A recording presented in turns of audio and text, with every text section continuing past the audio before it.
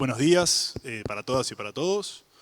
Es realmente un gusto para mí estar aquí, formar parte de este panel.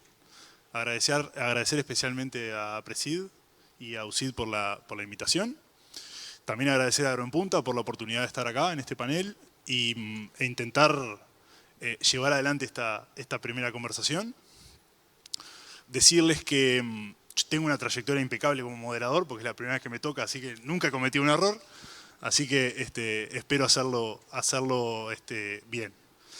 Inicialmente me gustaría, tenemos una hora más o menos para toda esta actividad, incluido un espacio final, una hora no, 50 minutos. Un espacio final para preguntas, así que voy a intentar cuidar el tiempo lo más posible. Marcelo, Luciano, quiero un breve inicio contándole a la gente lo que son sus organizaciones, lo que hacen, para ya después sí contarles un poquito de lo que hacemos nosotros en el ICA y para empezar ya con las preguntas disparadoras. Así que, Marcelo, por favor. Bueno, gracias Rodrigo y gracias a la organización de Agroenpunta por invitarnos, por darnos este espacio.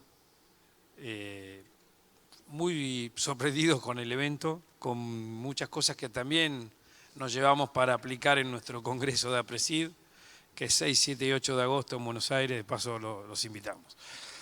La organización nace formalmente en el año 1989, en la zona central de la Argentina, sur de Córdoba, donde teníamos muchos, sur de Santa Fe, sur de Córdoba, muchos campos con mucha pendiente, con graves problemas de erosión hídrica, y la única manera de empezar a resolver eso era la siembra directa, ¿no? Y en ese momento no teníamos los conocimientos preparados, ni las tecnologías, pero hubo un grupo de pioneros que se pusieron la proa firme para realmente impulsar la siembra directa en Argentina, no sin dificultades, porque las tecnologías de las sembradoras que teníamos cuando empezamos a crecer un poco esa región no funcionaban en todos lados, había que adaptar los trenes de siembra, con lo cual hubo que trabajar con las máquinas de sembradoras, las fábricas de maquinaria de sembradoras argentinas, que eran empresas locales, grandes, pero también manejadas por sus dueños, Crucianelli, Agromental, no quiero más ninguna, pero Bertini, muchas locales que trabajaron de la mano con APRESID para adaptar la tecnología. El INTA Marcos Juárez y sus técnicos, también Rogelio Fogante y un montón de técnicos de INTA, Hugo Guío, está Roberto Pedretti por acá, no quiero nombrar mucho porque me voy a olvidar de otros, pero mucho trabajo en red con la academia, con la de tecnología, que en ese momento eran las sembradoras, para adaptarlas, y nacimos así, trabajando en red, y eso es el espíritu de la institución. Después empezaron a aparecer otros problemas, aparecieron la soja resistente a glifosato, que permitió escalar rápidamente, pero con esa tecnología, la siembra directa más la soja RR, empezaron a aparecer otros problemas, ¿no? Malezas resistentes. Entonces, ¿cómo hacíamos para salir de ese problema, para resolverlo sin salir del sistema de siembra directa? Y la manera que encontramos era, bueno, rotar cultivos, intensificar la secuencia, el doble cultivo, no tener el campo verde la mayor cantidad de tiempo posible. Actualmente, hace ya unos años, empezando a usar cultivos de servicio, que son cultivos que hacemos de los cultivos de cosecha.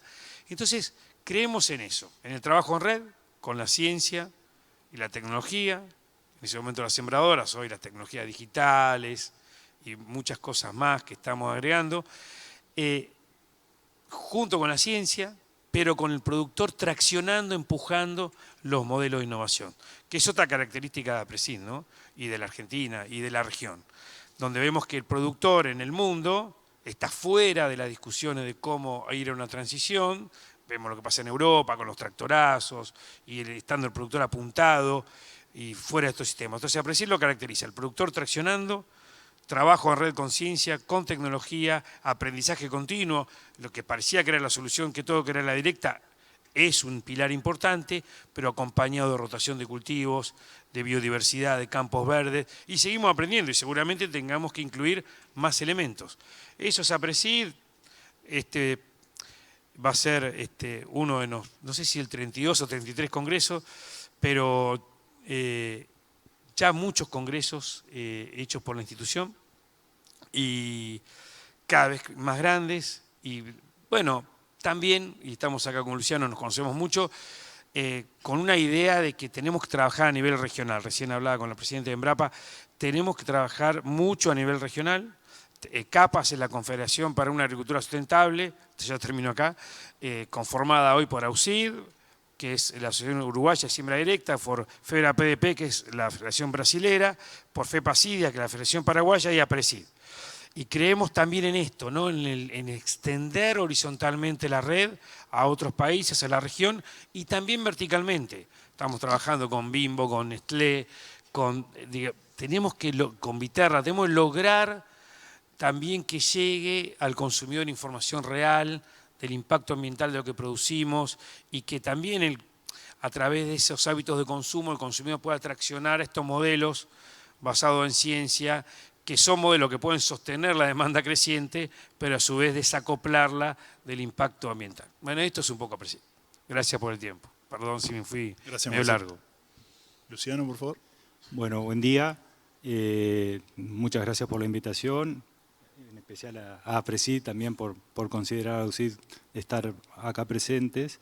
Y bueno, como le decía Marcelo, AUSID también nace ahí en el 91, en función de también algunos productores que veían como el sistema que estábamos utilizando en aquel momento no era ni cerca de ser sustentable, y mucho menos ser sostenible, y ahí justamente salieron a buscar qué era lo que se estaba haciendo diferente en la región, apuntaron a Argentina, apuntaron a Brasil, y volvieron con la idea de hacer siembra directa, que bueno, que en cierta forma transformó el sistema en un 80%, reduciendo un 80% capaz que el problema que teníamos en aquella época, que era y sigue siendo la erosión de suelos, pero que bueno, en cierta forma se mitigó con todo este sistema. Y bueno, se fue acoplando y AUSID nace en el 91 y hasta el día de hoy seguimos trabajando en función del cuidado de suelos. Eso es lo que nació, el espíritu de la institución y sigue siendo. Hace poco, el año pasado, tuvimos el segundo encuentro de agricultura sostenible en Mercedes, donde justamente AUSID cambió su logo y le pusimos algo así como AUSID es la voz del suelo, porque consideramos que justamente por intermedio de la siembra directa fue que se buscó hacer algo distinto y de ahí en más empezar a cuidar el recurso y adaptarlo a lo que tenemos hoy. El otro 20% de las cosas pasa por también lo que decía Marcelo, mayor biodiversidad de cultivos, rotación y un montón de otras cosas como la sistematización de suelos y bueno, y este último periodo están teniendo cada vez más impacto los cultivos justamente de servicios o cobertura. Cobertura inicialmente, hoy de servicios, porque le hemos encontrado una cantidad de beneficios extras a lo que normalmente teníamos, que era mantener el suelo cubierto. O sea que manteniendo el suelo cubierto tenemos mucho de nuestro sistema ya arreglado, entre comillas, el resto hay que ajustar un montón de cosas que, bueno, que a medida de la charla iremos conversando. Gracias a ambos. Contarles en un minuto, en un breve minuto, un poco lo que es el IICA, lo que hace el IICA, porque en realidad cuando empezamos a preparar la reunión nos dimos cuenta de que había muchos puntos en común y muchas necesidades de cooperación en común. El IICA cumple este año 83 años, es el organismo especializado en agricultura del sistema interamericano, tiene una representación en cada país de América y una en España, y resumidamente trabaja construyendo cooperación. Y esa cooperación necesita de algunos puntos claves, necesita de la interacción con el sistema público, necesita de la búsqueda de financiamiento, necesita de la interacción con el sector privado y también de alinear esfuerzos en proyectos que pueden ser nacionales, pueden ser regionales o pueden ser hemisféricos dependiendo de los temas. Y entrando ya en tema, para ser bien cuidadoso con el tiempo, los desafíos que presentan los sistemas agroalimentarios son una tarea central de todas nuestras organizaciones e institutos, en este caso del IICA también. Yo hace 4 años que estoy y creo que es el tema central de la construcción de esa cooperación que les digo. Entonces, capaz que arranco por ahí, consultarles o preguntarles desde su visión quizás nacional, pero la pueden hacer regional y también todo lo internacional que necesiten. ¿Cuáles son los desafíos que ustedes están viendo de los sistemas agroalimentarios en este camino del cuidado, de la sostenibilidad, de basar en ciencia lo que se hace, de mostrar y de demostrar lo que se hace? Entonces capaz que empiezo por ahí. No sé cuál de los dos quiere comenzar, pero ¿en dónde están viendo los desafíos centrales y cuáles creen ustedes que son las actividades o el trabajo fundamental de sus organizaciones para enfrentar esos desafíos? Bueno, también decir que CAPAS nació en 1992 y que con el ICA tenemos un convenio porque creemos que la articulación público-privada es fundamental para enfrentar estos desafíos que vos mencionas. La verdad que el panorama es complejo. Nosotros estamos yendo a las cumbres de cambio climático, hemos ido prácticamente a todas, las últimas, no la de Glasgow porque era complejo y no la última, nos reservamos todo para ir a Belén, pero estuvimos en las otras y la mirada que hay sobre la agricultura sudamericana no es tan positiva como nosotros creemos, no es nada positiva. Hay, sobre todo en Europa, una mirada bastante desacoplada de la realidad. El consumidor de alguna manera que puede elegir lo que consume, ¿no? De primer mundo está bastante interesado en ver el impacto ambiental de aquello que consume. De la Cumbre de Madrid para atrás uno escuchaba mucho hablar de agricultura orgánica.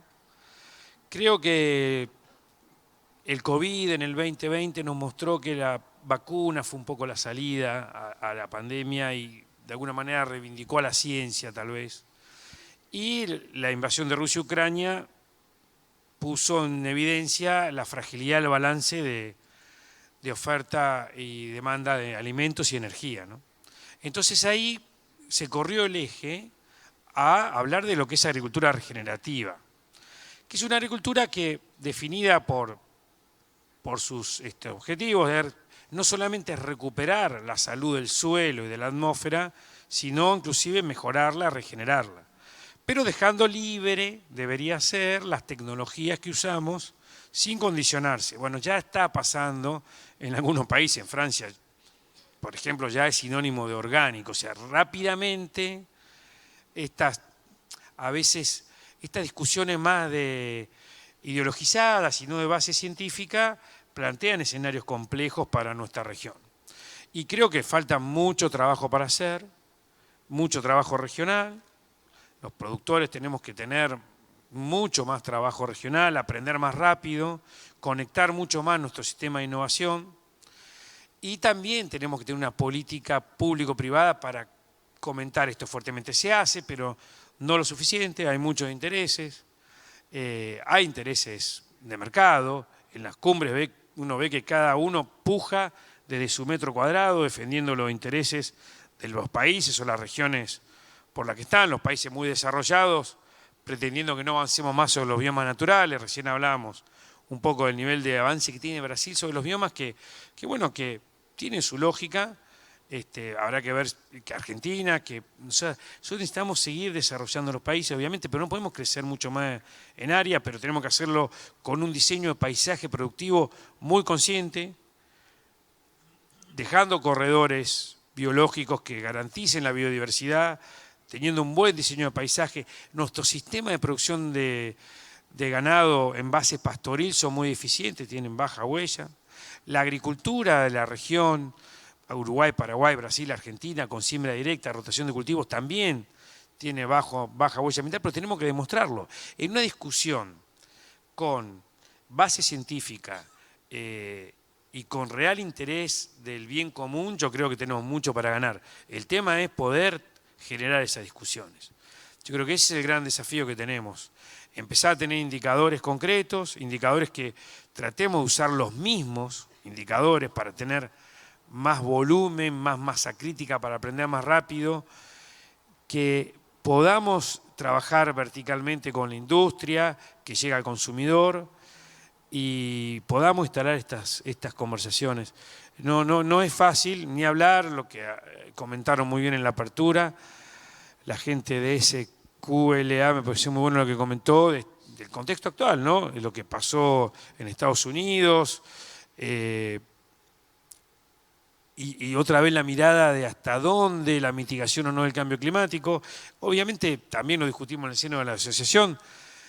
Algunos creen que es antropogénico o no, que es de origen humano o no, pero hay un calentamiento. Si podemos producir más con menos, si podemos emitir menos, si podemos usar, no dejar de usar insumos para nada, porque hay que usar todas las tecnologías disponibles, pero podemos, imitando la naturaleza, reducir el uso de fertilizantes nitrogenados, teniendo los campos verdes, reducir el nivel de uso de herbicida en los barbechos. Pero podemos usar muchas tecnologías muy buenas, pero con base científica y no con fanatismo. Ese es el desafío. Desde una asociación de productores o de varias o de una confederación es difícil empujar solo esta agenda. Desde el Estado es difícil empujar solo esta agenda. Tenemos que tener una estrategia regional mucho más firme, mucho más sólida y mucho mejor articulación entre privados y también público-privado. Sí, bueno, estimando un poco lo que decía Marcelo, creo que Uruguay, arrancando por lo nacional, Uruguay tiene un basamento legal de cómo hacer las cosas muy, muy robusto. Y cuando uno mira un poco en la región, lo compara y dice, bueno, nosotros mayormente tenemos las cosas bastante legisladas de cómo hacer, sabemos dónde son los límites. Nuestra agricultura está bastante limitada en un montón de cosas, no solo por recursos, sino justamente la parte de hasta dónde llegar con la agricultura, hasta dónde hacer, cómo hacerlo. Hay un montón de ese tipo de cosas. Creo que Uruguay no ha logrado tener el impacto capaz que podría llegar a tener porque justamente nos falta esa salida al mundo a decir, miren lo que estamos haciendo y cómo lo estamos haciendo. Y ahí me parece que nuestras instituciones, lo hemos hablado bastante con APRESID y bueno, y en el seno de CAPAS, tiene que tener cada vez más fuerza, porque como que a veces vamos atrás del grito, ¿no? Nos dicen, si no hacemos tal cosa, vamos a quedar fuera de mercado, si no hacemos tal otra, vamos a quedar fuera de otro mercado. Resulta que los productores son los que van innovando, van generando tecnología y no hay diferencia. No tenemos diferencia económica por haber generado eso y no nos quedamos sin el mercado. Entonces siempre vamos corriendo atrás del grito. Creo que ahí hay que empezar a tener más fuerza y poder sentarse en mesas donde se definen cosas y principalmente ese tipo de cosas como las definiciones de agricultura regenerativa, orgánica y otro montón de definiciones de tipo de agricultura. Creo que también pasa por un tema de gente más externa a lo que hace y no el propio productor. Cuando las tecnologías surgen del productor, mayormente sabe uno lo que tiene que hacer y sabe cómo tiene que cuidar los recursos. Regeneración de cosas, normalmente lo hacemos, intentamos hacerlo. Utilizar cada vez menos insumos, no solo porque nos gusta hacerlo, sino porque el bolsillo también lo demanda. Entonces, tenemos un montón de cosas. Capaz que definimos menos o con títulos menos rimbombantes las cosas como productores y no sabemos comunicarnos muy bien. Entonces, regionalmente y apoyados principalmente por el Estado, y capaz que ahí el ITCA justamente termina siendo un aliado muy eficiente, deberíamos tener espacios donde poder considerar este tipo de cosas y lograr defendernos en cierta forma nuestros sistemas productivos, que creo que en cierta forma América y principalmente el Mercosur está produciendo de forma bastante más sostenible que muchos de los lugares del mundo, ¿no? Tenemos muchas cosas para demostrar, hemos avanzado en muchas cosas, hay mucho para mejorar, por supuesto, y lo seguiremos haciendo, pero creo que tenemos muchísimo camino ya andado y tenemos conceptos que si los logramos definir mejor, vamos a quedar mucho mejor parados de lo que estamos hoy. No, solo agregar que sí, es verdad que Uruguay es un ejemplo de articulación pública-privada eficiente. Yo soy sembrado acá muchos años, sé. También nos discutió mucho el tema de la ley de uso de suelo, si legislar eso o no. Hoy, con un apasionado de APRESID, que es Marcelo Riola, que va a hablar después que yo, junto con el Moncho, que está por acá, otro socio de la institución. Pero la trazabilidad del ganado, ¿no? Cómo se han puesto cosas y han logrado realmente resultados muy, muy buenos, con una muy buena articulación público-privada, en un momento que la Argentina también dice, bueno, el Estado de pasar a un Estado omnipresente, pesadísimo, con una carga fiscal tremenda, cruzando subsidios de un lado para el otro, a este Estado tenemos que también aprender cómo el Estado puede orientar los ecosistemas de innovación hacia lo que el mundo quiere, con una inteligente articulación público-privada. Y otra oportunidad que tiene la región es las redes de contratistas, asesores, productores, y muchos como vos, Luciano, y como yo, que somos más de una cosa de esas. Somos asesores y también somos productores, y la juventud, ¿no?, que hay en el agro de la región. Cuando uno va afuera, no ve esto y ve los jóvenes ya no eligen agricultura. O sea, es un agro pujante, también eso da esperanza, ¿no? Bien, muchas gracias por los comentarios.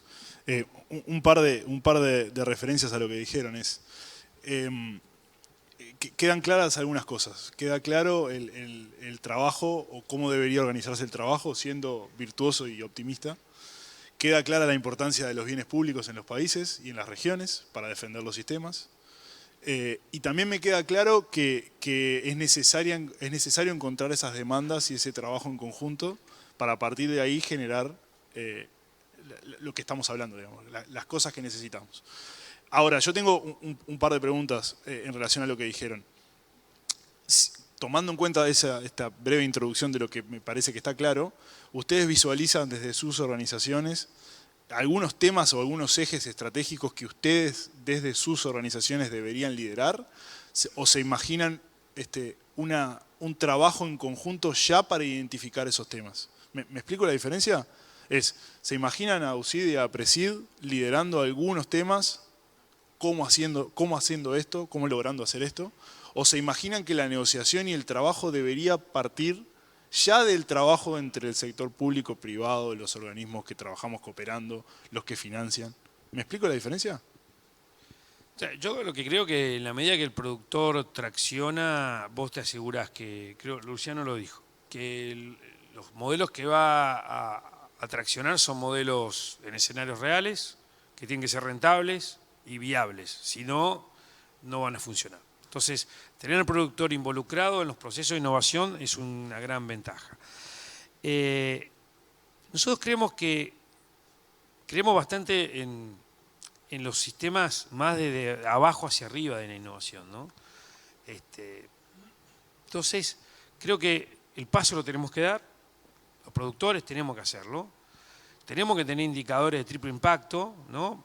Bueno, cómo es nuestra relación con nuestro equipo de trabajo, el ambiente laboral, la relación con la comunidad, en lo social, en lo productivo, cómo es nuestra rotación, cuán diversa es, cuán intensificada está. Para los que están escuchando es cuánto mantengo el campo verde en función de lo que me deja el agua, ¿no? Y eso hace que capture más carbono, fije biológicamente nitrógeno, controle maleza del sistema. Y después, ¿qué indicadores tengo? ¿Cuál es mi huella hídrica, mi huella de carbono? ¿Cómo es la evolución del carbono orgánico del suelo? ¿Cómo es el impacto de los agroquímicos en el suelo, el EIQ, ¿no?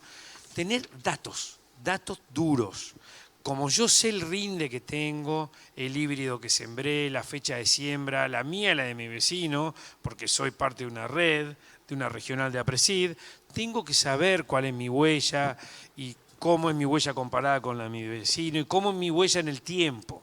O sea, eso estamos trabajando, ¿no? En tener indicadores también de impacto, además de los productivos. Acordar qué indicadores vamos a usar y apoyarnos en la ciencia para desarrollarlos y apoyarnos en la industria para que esos indicadores sirvan, como dicen acá, hasta la portera, hasta la tranquera, decimos nosotros, con el nivel 3, es decir, las emisiones directas e indirectas, para entregarle eso para que cuando después eso se transforme en alimentos, la logística, la transformación industrial, esté todo contemplado y veamos con qué huella llegamos a la góndola. Entonces, tenemos que trabajar mancomunados en esto, pero para eso tenemos que tener indicadores homologados, indicadores con base científica, y la industria trabajando junto con nosotros. En eso estamos. Y el Estado, a través del sistema académico, a través de también de cómo orienta los sistemas productivos, Luciano lo dijo, yo creo que también, para que este productor que tiene mejores indicadores también tenga un estímulo del mercado, ¿no? Porque eso va a permitir que más gente se suba. a estos modelos. Y yo creo que, y también nos vamos a poder defender mejor como región. Creo que esa debería ser la agenda. Indicadores sólidos, basados en ciencia, conocer nuestra huella, así como conocemos nuestros rindes, nuestra genética, nuestra fecha de siembra, compartir esa información, aprender rápido. Inclusive deberíamos trabajar, estamos con algunas universidades americanas como Tennessee, Michigan State también, tenemos algunos incipientes trabajos, porque si logramos trabajar más hemisferio norte-sur, contrastación, vamos a aprender más rápido. Y si usamos los mismos indicadores, creo que vamos a aprender mejor. Y si involucramos a la industria, al consumidor, mejor. Y si la ciencia nos ayuda a construir indicadores, mejor. Y si el Estado, los estados, defienden esto desde los datos duros en los indicadores, creo que mejor. Todo eso es fácil, aterrizarlo no es tan fácil. Luciano. Sí, lejos de ser fácil de aterrizarlo, ¿no? Nosotros en nuestra institución, históricamente, consideramos que las tecnologías o las adaptaciones vienen desde los productores. Así trabaja UCIT, ¿no? Por la innovación, porque hay algo que nos está trancando la producción y bueno, y le buscamos la vuelta para poder levantar ese escalón. Nos vamos hacia facultad de agronomía o hacia línea, proyectamos eso, pero después necesitamos algo que es fundamental para esto. UCIT, no lo dije de entrada, pero es una asociación sin fines de lucro y para eso precisamos ventanillas abiertas continuamente para poder tener proyectos funcionando y generando tecnología. O sea que de ahí para abajo, creo que el Estado ahí tiene que estar contemplando ese tipo de cosas rápido, de forma sencilla. Hoy el Uruguay tiene varias ventanillas de varios tipos, no es fácil alcanzarlas, pero se logra. Los fondos, los FPTA, los fondos para la promoción de tecnologías agropecuarias son una herramienta muy, muy interesante. También no es fácil conseguir los proyectos, pero se puede hacer. De esa forma hemos conseguido nosotros a generar tecnología y después, como decía Marcelo, creo que también ahí volvemos a lo mismo. Conjuntamente con CAPAS hay una especie de proyecto que es de la medición de carbono, que bueno, que en algún momento Uruguay va a tener algún sitio. Hay que conseguir el fondeo para eso, pero va a tener algún sitio, de forma tal de que salga al mundo a decir, bueno, miren, en Latinoamérica hay 4 países que trabajan juntos y tienen esta producción o esta huella de carbono, ¿no? Eso creo que nos va a ayudar a conseguir muchas más cosas, pero también ahí necesitaríamos del apoyo de cada uno de nuestros estados detrás de esto para que también nos apoyen cuando se van a definir los mercados, la apertura de los mercados y todo ese tipo de cosas, que es donde los productores no tenemos incidencia. Entonces ahí me parece que tenemos que trabajar en conjunto plenamente, ¿no? Así que bueno, me parece que va por ahí las... Bien, buenísimo. Un par de comentarios ahí. La primera, me queda claro de que hay una agenda real, de corto plazo si quieren, o de importancia de corto plazo, que la tienen identificada en sus organizaciones y estimo que a nivel regional a través de capas también. ¿Visualizan algo un poco más adelante, un poco a mediano plazo que haya que trabajar? No estoy diciendo que hayamos resuelto todo lo que venimos hablando, ni mucho menos, sino ¿visualizan una agenda un poquito más larga de algún otro tema que sea interesante poner en la mesa? Después les voy a hacer unos comentarios sobre lo que acaban de decir, pero me parece interesante pensar en ese plazo un poquito más largo. Sí, hay que tener claro que nosotros necesitamos producir cerca del 40% más de alimentos para 2050, con menor impacto ambiental. Hoy también discutíamos a la mañana un tema de cantidad, de la economía, bueno, pero y tenemos poca herramienta, o sea, no podemos crecer mucho más en área. El potencial de los cultivos puede crecer en un 10%, por genética, por modelos predictivos. La brecha entre el rendimiento obtenido y el potencial se puede achicar en un 25%, ahí ya tenemos 35% de ganancia. Y a través del doble cultivo podríamos incrementar un 7%. Esto no lo digo yo, un montón de investigadores están diciendo esto. Con lo cual, otra vez, modelos con mucha tecnología y mucha ciencia por detrás. No hay manera de resolver esto con modelo pensamiento mágico, ¿no? Ahora, si uno ve más allá, creo que tenemos que, nosotros estamos tratando, es una agenda más larga, también de involucrar productores de otras regiones, de otros países, Inglaterra, Italia, Alemania, que tienen otra cultura, también otro contexto, ¿no? Mucho reglamento de Bruselas, hacen lo que Bruselas les dice que tienen que hacer, también tienen subsidios, ¿no? Pero igual no tienen gran rentabilidad, los jóvenes tampoco eligen el agro, o sea, extender un poco esta cultura, no enseñarle nada a nadie, yo creo que nosotros no estamos en condiciones de enseñarle a ningún agricultor cómo tiene que hacer las cosas, pero sí contarles que pueden trabajar en red y que pueden traccionar la innovación y ser parte del cambio. Y no como pasó en Holanda, que dijeron, bueno, sobra la mitad de productores de cerdos, comprémosle los campos, y ahí empezó toda una tensión bastante importante. También tenemos relacionamiento con el Ministerio de Países Bajos y le decíamos esto, involúcrenlo en los procesos, involucrar al productor en el proceso de transformación. Eso me parece que, y no solo ayudar a eso, ¿no? Como institución. Y después también todo lo que es el desarrollo de la bioeconomía, ¿no? Lo que es, bueno, nosotros exportamos mucho grano como grano y tenemos que agregar valor en nuestros países. ¿Cómo desarrollar más biocombustibles? Biocombustibles sustentables para aviación. Los aviones llegan a la punta del sur, que es Argentina, y tienen que repostar, y va a ser mandatorio en poco tiempo que tienen para entrar a Europa, tienen que tener determinado corte con biocombustible. Bueno, hay una oportunidad, pero o sea, yo creo que tenemos que otra vez no solamente extender esta red para mejorar tranquera hacia adentro, portera hacia adentro, sino también para ver cómo generamos ecosistemas virtuosos que agreguen valor y desarrollo en la región. Y de vuelta, una vez un americano, ahora en el Congreso nuestro, habló de la hermandad de los agricultores. Y mostraba fotos, yo estaba en Tennessee viendo algunos campos con ellos, y eso sentimos, ¿no? Que los agricultores tenemos que trabajar mucho más en red y aprender mucho más rápido. Y nosotros que tenemos la cultura en esta región del productor involucrado en los procesos de innovación, es nuestra obligación llevar este mensaje al mundo y decir que es importante que el productor se involucre. Si no estás sentado en la mesa de conversaciones o parte del menú, podría ser una mirada también hasta defensiva del agricultor. Pero yo creo que, de vuelta, para sostener este desafío de la demanda de alimentos, fibras y energías, con las pocas herramientas que tenemos, que yo dije, mejorar la genética, reducir brecha, el doble cultivo, que estamos muy finos para lograr eso.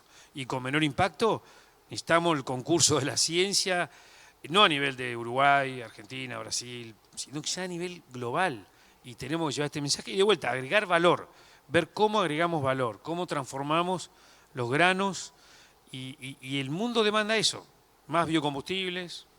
Bueno, generemos ecosistemas propicios para que podamos ser referentes también en eso en la región, ¿no?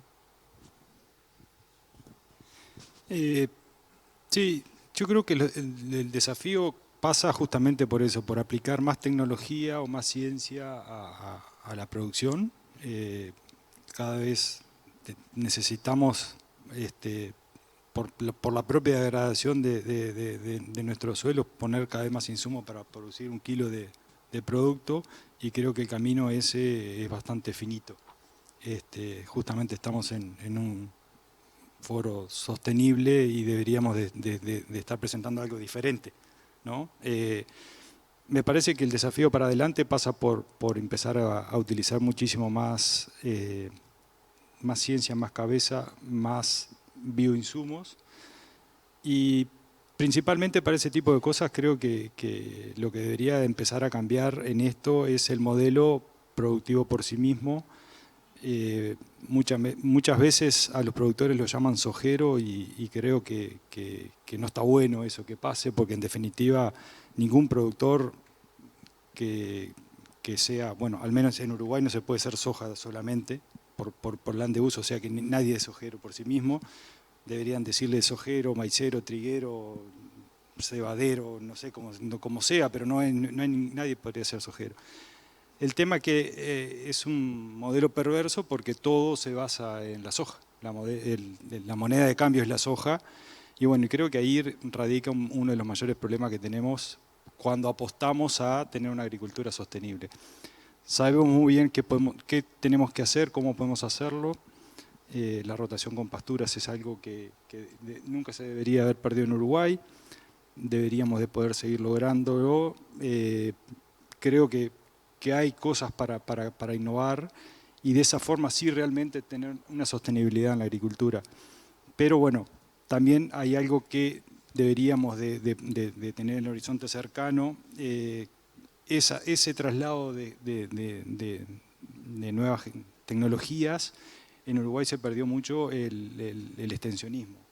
Hay pocas entidades que hacen extensionismo por sí mismo y creo que, bueno, que eso es algo que deberíamos de empezar a mirarlo mucho más de cerca. Y ojo, no solo digo que sea en Uruguay, lo hemos visto también en Argentina, creo que tiene el mismo problema, en Paraguay sin duda que lo vimos también, en Brasil también consideraban que había cada vez menos extensión. Entonces, esa llegada de tecnología rápida, cambios bruscos de modelos que le llega al productor, demora y a veces se pierde mucho en el camino. Y bueno, y eso hace que a veces tengamos trancazos con respecto a la sociedad como nos ve.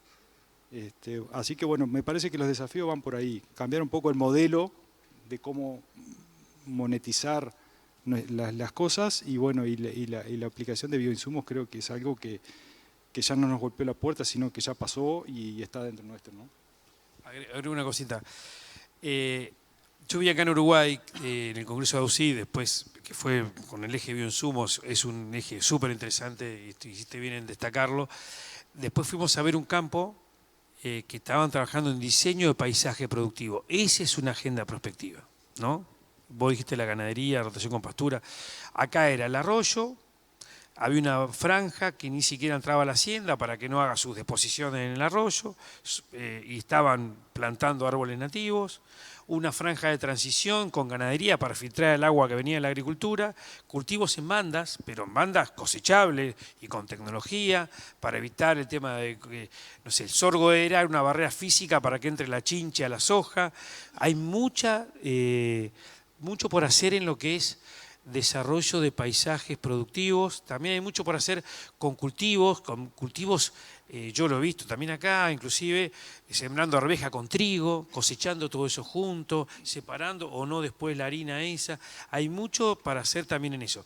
Lo que dije antes de la hermandad de los agricultores, también es verdad que los agricultores de Europa están muy asustados con la apertura y le piden más proteccionismo al Estado, las trabas que están pasando ahora con el acuerdo Unión Europea-Mercosur tienen que ver con ese miedo a la apertura, o sea que no es fácil, pero también vemos que cada vez más en los pasillos se habla de siembra directa como solución y de rotación. Estando en Inglaterra yo veía que me decían no se puede hacer directa porque tenemos mucho rastrojo y los suelos totalmente anegados. Bueno, y nosotros pasamos por eso.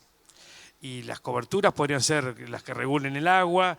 Si uno siembra una cobertura con una relación carbono-nitrógeno baja, podría ayudar a la descomposición de rastrojo. Uno sabe o cree saber cuál es la solución, pero no hay mejor manera que ellos lo encuentren ellos mismos. Entonces es cierto que el productor europeo está muy cerrado y con mucho miedo a la apertura y muy resistente, en algunos países más todavía, es cierto que son muy grandes de edad, pero si no se ayornan, si no empiezan a conectar un poco lo que hacen con la sustentabilidad, si no empiezan a traccionar también ellos los modelos de innovación van a estar complicados.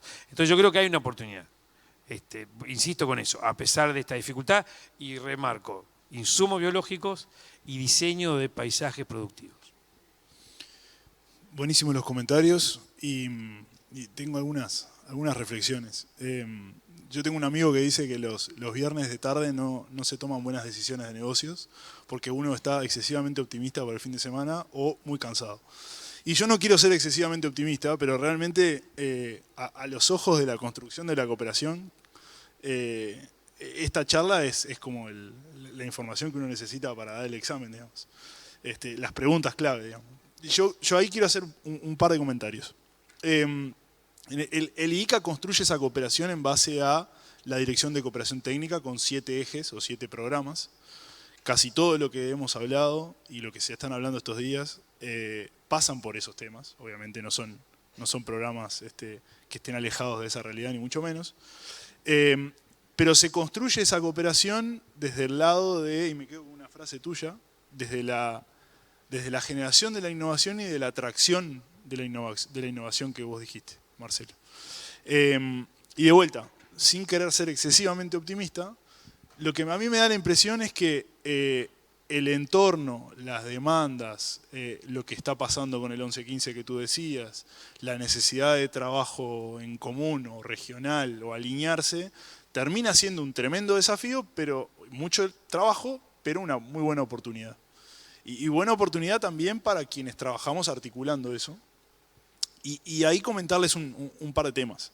El primero yo creo que un poco lo hablamos en la previa, pero para que las personas que están aquí y el público lo entienda o lo sepa un poco más.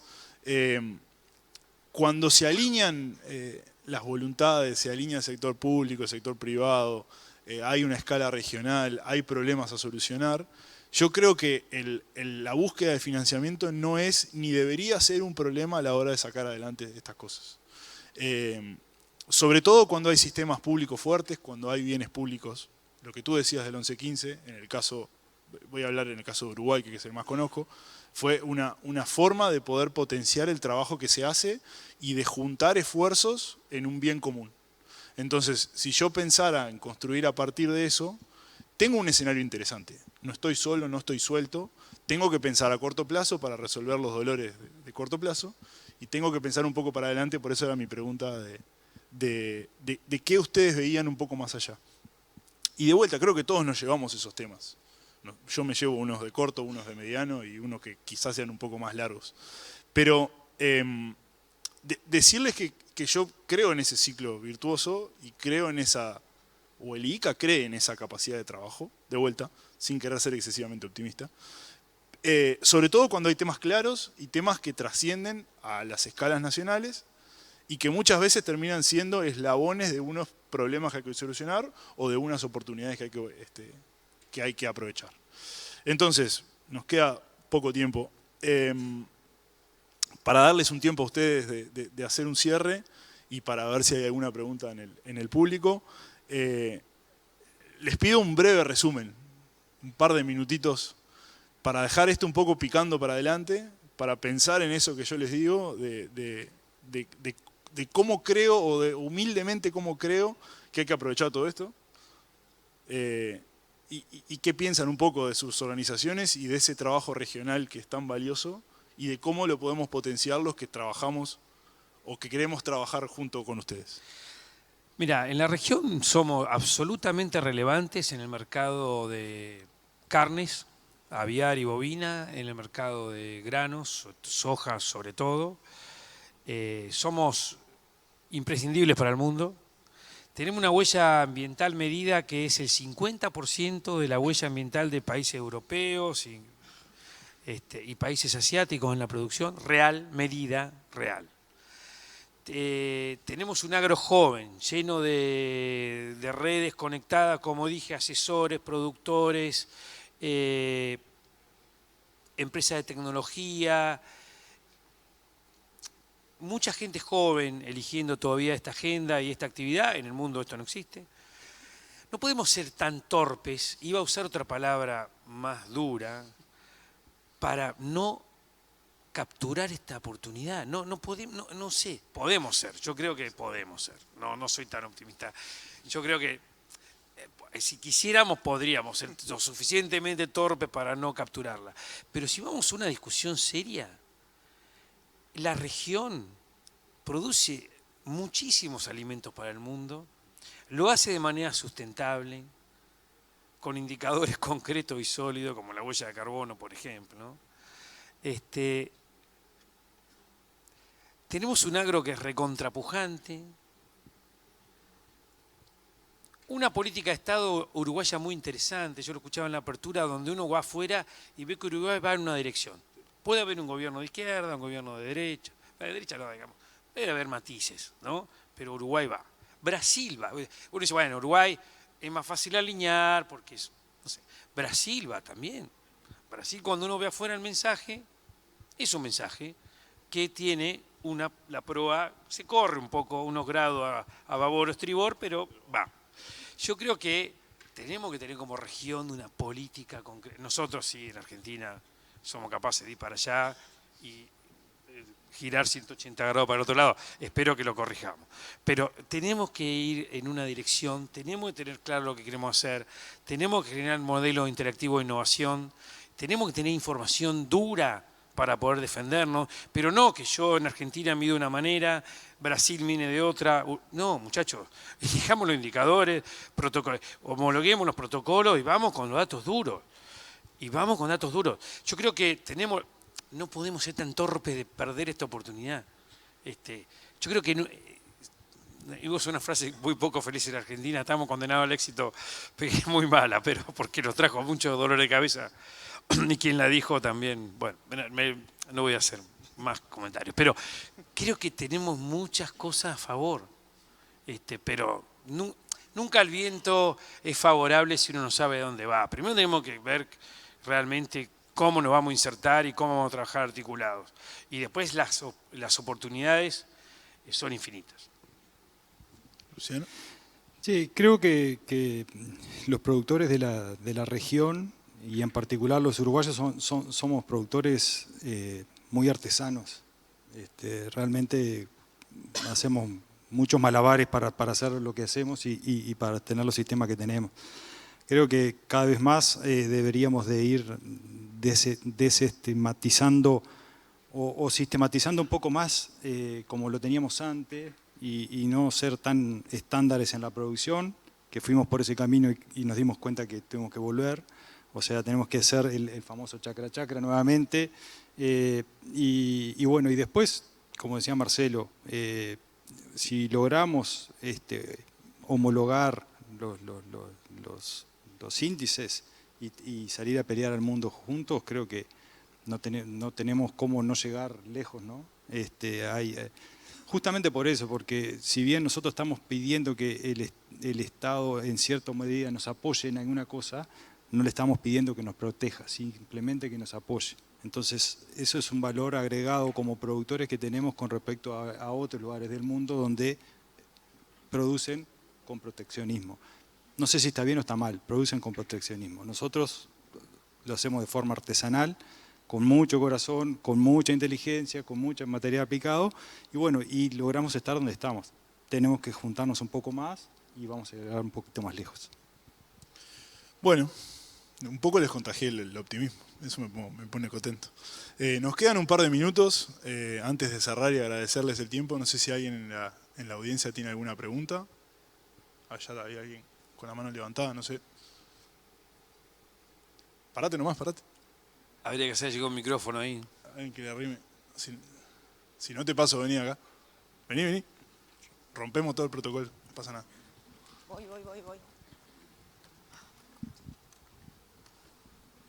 ¿Qué tal? Buen día a todos y gracias por la presentación.